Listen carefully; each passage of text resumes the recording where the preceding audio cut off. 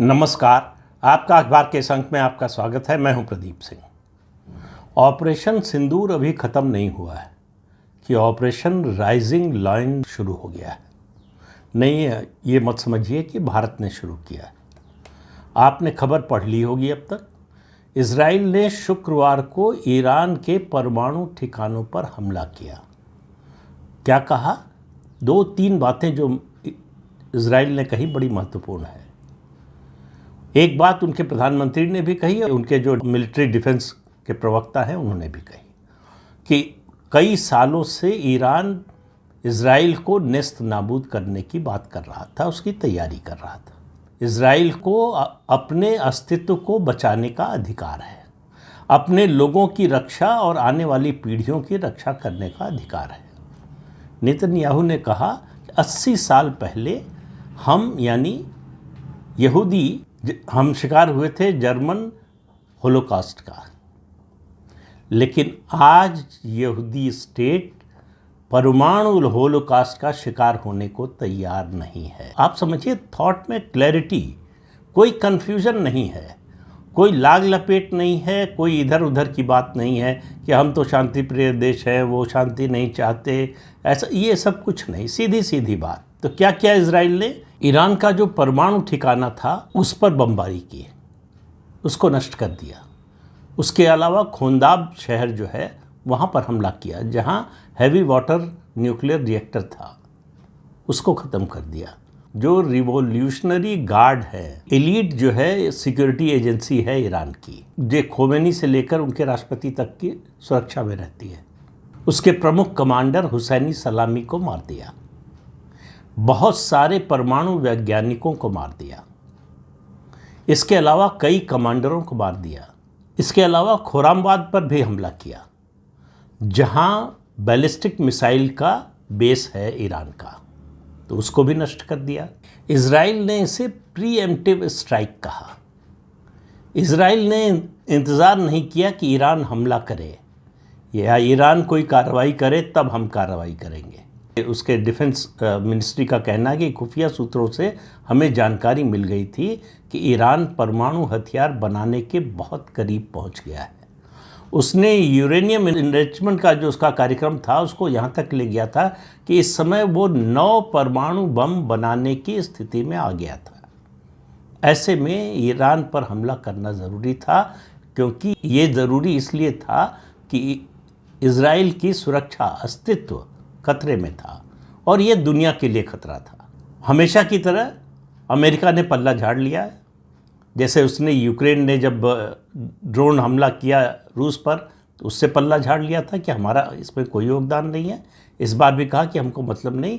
ये इजराइल ने एक तरफा कार्रवाई की है, लेकिन ईरान को एक तरह से चेतावनी दी कि वो अमेरिकी हितों को नुकसान न पहुंचाए, उसके जो टारगेट्स हैं उनको हिट न करे, उसके जो सैनिक हैं उस इलाके में उनको नुकसान न पहुंचाए। और 2 दिन पहले ही राष्ट्रपति ट्रंप ने ईरान से और आसपास के कई मिडिल ईस्ट के देशों से जो अमेरिकी एम्बेसी है उसके गैर जरूरी स्टाफ जो था उनको हटने का या वापस बुलाने का आदेश जारी कर दिया था। तो इसी से संकेत था कि कुछ तो होने वाला है। जो इजराइल ने किया है शुक्रवार को, वो हम 1977 में कर सकते थे। पाकिस्तान का जो पहला परमाणु रिएक्टर या न्यूक्लियर फैसिलिटी बन रही थी उसके कहुटा में, उसकी खुफिया जानकारी हमारी रॉ ने देश के प्रधानमंत्री, उस समय प्रधानमंत्री थे मोरारजी देसाई, उनको दे दी थी। और उन्होंने क्या किया? उन्होंने पाकिस्तान के राष्ट्रपति को इसकी जानकारी दे दी, बजाय इसके कि हमला करने की, उसको नष्ट करने की। रॉ की योजना थी कि बम गिराकर उसको हमेशा के लिए नष्ट कर दे। 1977 और उसके बाद हालांकि परमाणु संपन्न हथियार की औपचारिक घोषणा तो 99 में की पाकिस्तान ने, लेकिन उसके काफ़ी पहले से उसके पास परमाणु हथियार है, ये भारत को और पूरी दुनिया को पता था। और 1974 में जब पहला परमाणु परीक्षण किया भारत ने पोखरण में, इंदिरा गांधी प्रधानमंत्री थी, तो उन्होंने संसद में कहा कि हम पाकिस्तान को भी न्यूक्लियर टेक्नोलॉजी देने के लिए तैयार हैं, शांतिपूर्ण उपयोग के लिए। अब पाकिस्तान न्यूक्लियर टेक्नोलॉजी का शांतिपूर्ण उपयोग करेगा, ये बात केवल कांग्रेस के ही नेता बोल सकते हैं, लेकिन ये संसद में बोली गई बात है, ऐसा नहीं कहीं सुनी गई बात है। और उसका नतीजा ये है कि पाकिस्तान के परमाणु कार्यक्रम को हमने रोका नहीं, हम 9-10 मई 2025 तक परमाणु युद्ध के खतरे के साए में जीते रहे। हर बार पाकिस्तान कुछ करता था, भारत कार्रवाई करना चाहे तो वही बात आती थी, पूरी दुनिया खड़ी हो जाती थी कि दोनों परमाणु हथियार संपन्न देश हैं, न्यूक्लियर वॉर हो जाएगी, थर्ड वर्ल्ड वॉर की नौबत आ जाएगी। उस खतरे को पहली बार प्रधानमंत्री नरेंद्र मोदी की सरकार ने ख़त्म कर दिया 9-10 मई की सुबह। अब कोई ये सवाल नहीं उठा रहा है कि ये दो परमाणु संपन्न देश हैं, इनके बीच में कोई तनाव नहीं होना चाहिए। पाकिस्तान का कोई नेता, कोई सैनिक अधिकारी, यहाँ तक कि उसका फील्ड मार्शल, जो युद्ध हार का फील्ड मार्शल बनने वाला दुनिया का पहला जनरल है, उसने भी ये धमकी नहीं दी कि पाकिस्तान के पास परमाणु हथियार है। उसकी ये गीदड़ भभकी हमेशा के लिए भारत ने ख़त्म कर दी है या नहीं उसकी बात तो छोड़ ही दीजिए, अगर है तो भी पाकिस्तान उसको इस्तेमाल करने की हालत में नहीं है। लेकिन जो किया है इजराइल ने, और उसके बाद इजराइल के प्रधानमंत्री का जो बयान आया, उन्होंने इस ऑपरेशन को ऑपरेशन राइजिंग लायन का नाम दिया और कहा ये ऑपरेशन ख़त्म नहीं हुआ है और ये ऑपरेशन तब तक ख़त्म नहीं होगा जब तक परमाणु खतरा बना हुआ है इजराइल पर। तुलना कीजिए दोनों की। प्रधानमंत्री नरेंद्र मोदी ने भी कहा कि ऑपरेशन सिंदूर बंद नहीं हुआ है, लेकिन ये तो समानता की बात हो गई कि भारत ने इस तरह से हमला किया पाकिस्तान पर कि उसकी न्यूक्लियर थ्रेट की जो गीदड़ भभकी थी वो हमेशा के लिए ख़त्म कर दी। जो ऐतिहासिक भूल थी उसको काफ़ी हद तक सुधार लिया। उस समय भी इजराइल तैयार था भारत का साथ देने को कि पाकिस्तान के परमाणु संयंत्र को उड़ा देते हैं, लेकिन भारत सरकार तैयार नहीं हुई। भारत सरकार ज्वाइंट ऑपरेशन की तो बात छोड़िए, यहाँ तक तैयार नहीं हुई कि इजरायली जेट उड़ेंगे इजराइल से, तेल अवीव से, और भारत में उनकी रिफ्यूलिंग होगी, उसके लिए भी भारत सरकार तैयार नहीं हुई। लेकिन वो अतीत की बात हो गई, इतिहास हो गया। क्या हुआ? तो समानता तो ये है कि दोनों देशों के प्रधानमंत्री ने कहा कि ऑपरेशन बंद नहीं हुआ है, न तो ऑपरेशन सिंदूर खत्म हुआ है, न ही ऑपरेशन राइजिंग लायन। लेकिन फ़र्क क्या है? फ़र्क यह है कि इजराइल ने प्रीएम्प्टिव स्ट्राइक की है। इससे पहले कि दुश्मन हमला करे उस पर हमला कर दो, जिसको कहते हैं offence is the best defence. Bharat ने क्या किया? जब उस पर हमला हुआ, पहलगाम का जब नरसंहार हुआ, तब जवाबी कार्रवाई की। हमने जो है रिएक्टिव एक्शन लिया और ये घोषणा की है कि कोई भी आतंकवादी हमला उसको युद्ध की घोषणा माना जाएगा। मुझे लगता है कि इस डॉक्ट्रिन को चेंज करने की ज़रूरत है, इस सिद्धांत को बदलने की ज़रूरत है। जब भी भारत की खुफिया एजेंसियों को पता चले कि पाकिस्तान किसी आतंकवादी हमले की तैयारी कर रहा है, तभी आक्रमण होना चाहिए, तभी ऑपरेशन होना चाहिए। प्रीएम्प्टिव ऑपरेशन पर जब तक नहीं आएंगे तब तक दहशत नहीं फैलेगी, दुश्मन के मन में डर नहीं पैदा होगा। जो इजराइल ने किया है, इससे पूरे ईरान में दहशत है। इजराइल ने पूरी दुनिया को बहुत बड़े संकट से बचाया है। पाकिस्तान के पास एक बम है जिसको पाकिस्तानी और कई इस्लामी देश इस्लामी बम कहते हैं।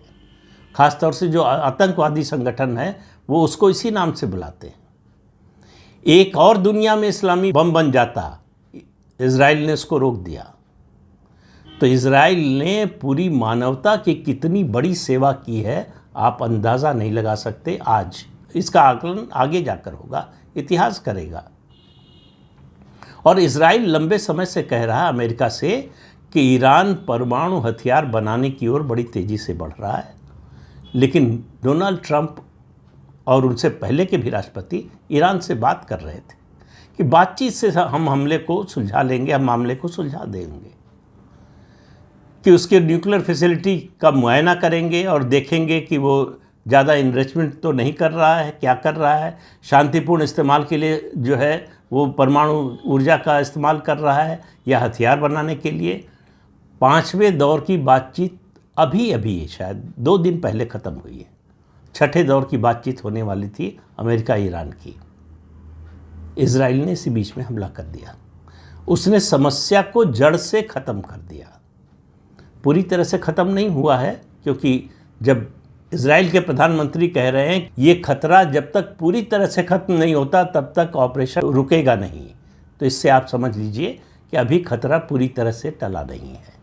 लेकिन इजराइल ने संदेश दे दिया कि हम छोड़ेंगे नहीं, हमारे अस्तित्व पर खतरा आएगा तो हम किसी भी हद तक जाने को तैयार हैं।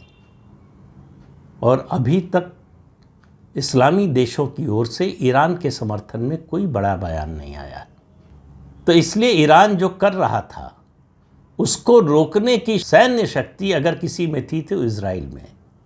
इतना बड़ा देश, महान देश, दुनिया का सबसे शक्तिशाली देश होकर भी अमेरिका ये हिम्मत नहीं जुटा पाया, इस तरह की कार्रवाई नहीं कर पाया। बल्कि पाकिस्तान को परमाणु संपन्न देश बनाने में अमेरिका की सबसे बड़ी भूमिका है। ये जो अमेरिका बोलता रहता है आतंकवाद की बात, जिहादियों की बात और ये सब बातें, ये सब ढकोसला है अमेरिका का। दरअसल अमेरिका का लक्ष्य एक ही है कि उसका जो डिफेंस इंडस्ट्रियल सिस्टम है वो चलता रहे, दुनिया में युद्ध होता रहे, हथियारों की मांग बनी रहे, जिससे उसकी वो इंडस्ट्री चलती रहे और उसको पैसा आता रहे। युद्ध का मतलब है अमेरिका का लाभ, अमेरिका को पैसा। अमेरिकी डिफेंस इंडस्ट्रियल जो कारोबार है, उसका जो सिस्टम है वो चलता रहे। तो ये जो लंबे समय से एक उहापोह की स्थिति बनी हुई थी कि क्या इजराइल और ईरान के बीच में युद्ध होगा। हालांकि ईरान के जो धार्मिक नेता हैं खुमैनी साहब, उन्होंने कहा है कि ईरान की सेना इसका बदला लेगी और अपने लिए एक तरह से अजाब बुलाया है इजराइल ने, इसका हिसाब उसको देना पड़ेगा, इसकी कीमत उसको चुकानी पड़ेगी।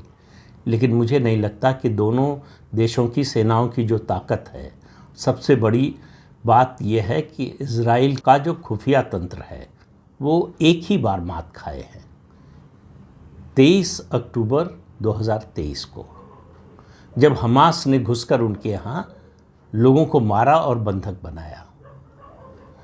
लेकिन काठ की हांडी बार बार नहीं चढ़ती है।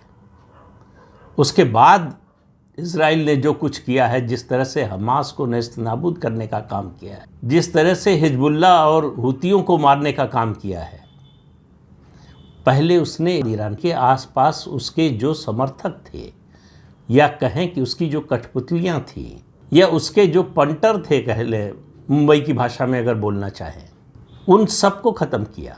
उन पर हमला करके उनको जो है एक तरह से अशक्त बनाया। उसके बाद ईरान पर हमला किया। और टाइमिंग की तो दाद इजराइल को हमेशा दी जाती है कि उसके पास जो खुफिया जानकारी होती है पक्की होती है। अब इसी हमले में एक फ्लैट में एक व्यक्ति को मारा है। अब वो रिवोल्यूशनरी गार्ड का व्यक्ति था या साइंटिस्ट था। मल्टी स्टोरी बिल्डिंग में एक फ्लैट में उसी आदमी को मारा गया जिसको मारना चाहते थे। बिल्डिंग का कोई नुकसान नहीं हुआ, दूसरे किसी फ्लैट का कोई नुकसान नहीं हुआ। ये हमला करने की ताकत इजराइल में है और ऑपरेशन सिंदूर में दिखाया कि भारत में भी है। भारत ने जिस तरह से प्रिसीजन स्ट्राइक की है उसका दुनिया में कोई सानी नहीं है। उसका मुकाबला अभी तक जो युद्ध क्षेत्र में देखने को मिला है उसका मुकाबला सिर्फ इजराइल कर सकता है। तो ऑपरेशन सिंदूर बंद नहीं हुआ है, ऑपरेशन राइजिंग लायन शुरू हो गया है। तो आप समझिए दुनिया में कौन उभर रहा है, कौन सी उभरने वाली ताकतें हैं और किन ताकतों का सूर्य अस्ताचल की ओर जा रहा है। ये ऐसी ताकतें हैं जो बहुत जल्दी जो है इनके यहाँ अंधेरा नहीं होगा। लेकिन एक देश था, आपने भी पढ़ा होगा, सुना होगा, जिसका सूरज कभी डूबता नहीं था। अब उसका सूरज कहाँ है उसको भी पता नहीं है। आज वो अर्थव्यवस्था के क्षेत्र में भारत से भी पीछे चला गया है, जिसने भारत को 200 साल तक अपना गुलाम बनाकर रखा। तो विश्व व्यवस्था में परिवर्तन जब शुरू होता है तो बड़ी तेज़ी से होता है, और ये परिवर्तन शुरू हो गया है। और मेरा मानना है कि ये परिवर्तन शुरू हुआ है ऑपरेशन सिंदूर से। इसको कई नॉच आगे बढ़ाया है इजराइल ने ऑपरेशन राइजिंग लायन से, और ये सिलसिला रुकने वाला नहीं है। ये दोनों देश ऐसे हैं जो सिर्फ अपने राष्ट्रहित की परवाह करते हैं। उनको कोई मतलब नहीं कि दूसरा देश साथ आ रहा है या नहीं आ रहा है, दूसरे देश क्या सोचते हैं, क्या कहते हैं, इसकी चिंता नहीं है। पहली बार ये रिजॉल्व इस तरह का जो है भारत में दिखा है मोदी के नेतृत्व में, और इस परिवर्तन को बहुत बड़ा परिवर्तन मानिए। अभी शायद हम लोगों को अंदाज़ा भी नहीं लग रहा है कि ये कितना बड़ा बदलाव है। तो इस अंक में इतना ही। अगले अंक में फिर मिलेंगे किसी नए मुद्दे के साथ। तब तक के लिए अनुमति दीजिए। आपसे अनुरोध है कि ये चैनल देखिए, शेयर कीजिए, लाइक कीजिए और सब्सक्राइब ज़रूर कीजिए। नमस्कार।